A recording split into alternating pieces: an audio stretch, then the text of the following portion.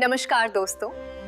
अगर अभी आपके सामने एक जहरीला सांप आ जाए तो शायद आपका शरीर जम जाए, दिल तेज धड़कने लगे और दिमाग सिर्फ एक शब्द सोचे, डर।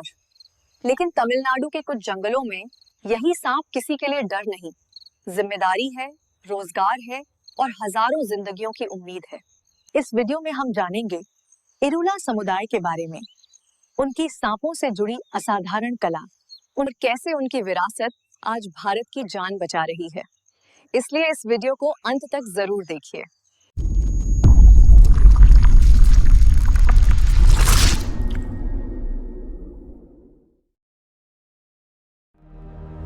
दक्षिण भारत के तमिलनाडु राज्य में जहां सूखे झाड़ झंखाड़ वाले जंगल, पथरीली जमीन और नीलगिरी की पहाड़ियों की परछाइयां एक अलग ही दुनिया रचती हैं, वहीं बसे हैं इरुला लोग। छोटे छोटे गांव, मिट्टी के घर और जंगल से जुड़ी रोजमर्रा की जिंदगी। यहाँ जंगल सिर्फ संसाधन नहीं बल्कि शिक्षक है।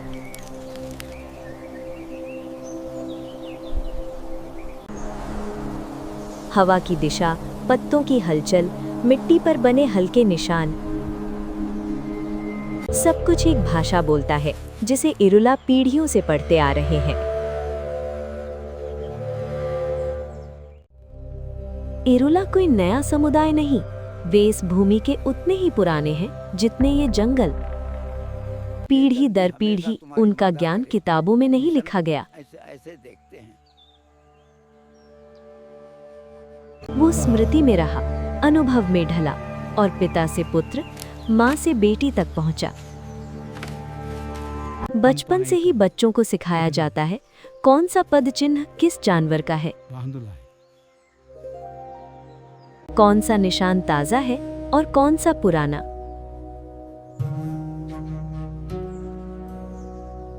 इरुला लोग जंगल पर निर्भर रहे, लेकिन उन्होंने कभी जंगल को लूटा नहीं। वे उससे लेते हैं और उतना ही लौटाते भी हैं।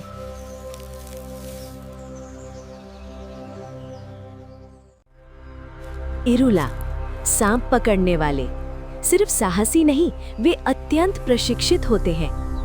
वे सांप को देखकर नहीं, उसकी अनुपस्थिति देखकर पहचानते हैं। मिट्टी पर हल्की सी लकीर, घास का झुका हुआ तिनका या बिल के पास पड़ी उतरी हुई कींचुल,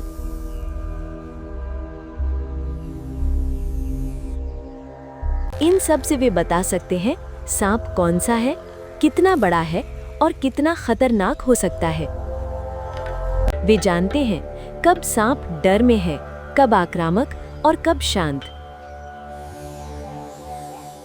ये ज्ञान तमाशा नहीं, अनुशासन है।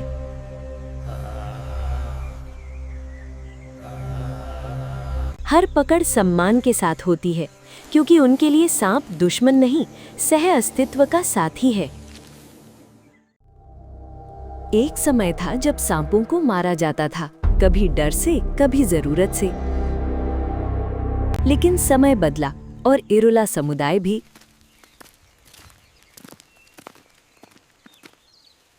सरकार और वैज्ञानिकों के साथ मिलकर इरुला लोगों ने एक सहकारी संस्था बनाई, जहां सांप मारे नहीं जाते बल्कि उनसे जहर निकाला जाता है। ये जहर एंटी वेनम बनाने में इस्तेमाल होता है, वही दवा जो हर साल हजारों सांप काटे लोगों की जान बचाती है। सबसे महत्वपूर्ण बात, जहर निकालने के बाद सांपों को फिर जंगल में छोड़ दिया जाता है, जिंदा, सुरक्षित।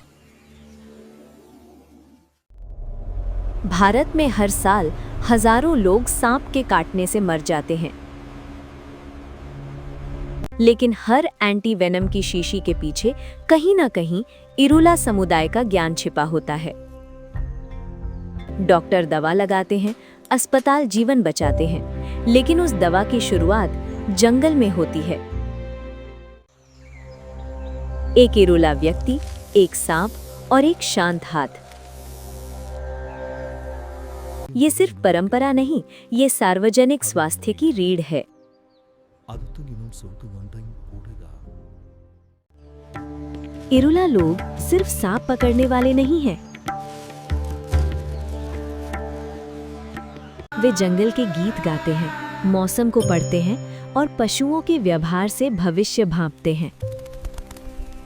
उनके त्योहार प्रकृति के साथ जुड़े होते हैं।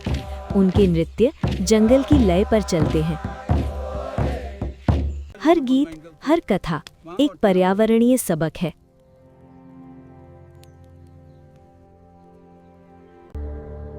ये संस्कृति धीमी है लेकिन गहरी।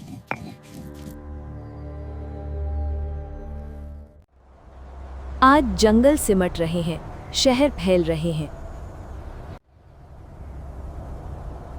जहां कभी पैरों के निशान पढ़े जाते थे, आज वहां सड़कें हैं। नई पीढ़ी मोबाइल देख रही है, जंगल कम।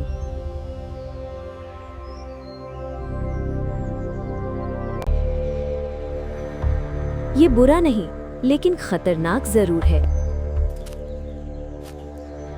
अगर जंगल गया तो ज्ञान भी जाएगा, और अगर ज्ञान गया तो ये पूरी मानवता की हार होगी। फिर भी उम्मीद जिंदा है। आज कई युवा इरुला फिर से प्रशिक्षण ले रहे हैं। स्कूलों, संरक्षण कार्यक्रमों और सहकारी संस्थाओं के जरिए। हमें इसका पीछा सावधानी से करना होगा। जब परंपरा और विज्ञान साथ चलते हैं तो भविष्य सुरक्षित होता है। इरुला ये साबित करते हैं कि प्रगति का मतलब जड़ों को काटना नहीं, उन्हें मजबूत करना है। जब एक सांप जंगल में वापस छोड़ा जाता है तो वो सिर्फ एक जानवर नहीं, एक संदेश होता है कि डर से नहीं, सम्मान से प्रकृति बचती है। इरुला हमें याद दिलाते हैं, प्रकृति को विजेताओं की जरूरत नहीं, संरक्षकों की जरूरत है। अगर ये कहानी आपको छू गई हो तो इसे साझा कीजिए। ऐसी ही अनदेखी कहानियों के लिए हमारे चैनल को सब्सक्राइब कीजिए, क्योंकि कुछ ज्ञान बचाने लायक नहीं, जरूरी होता है। बहुत बहुत धन्यवाद। अलविदा।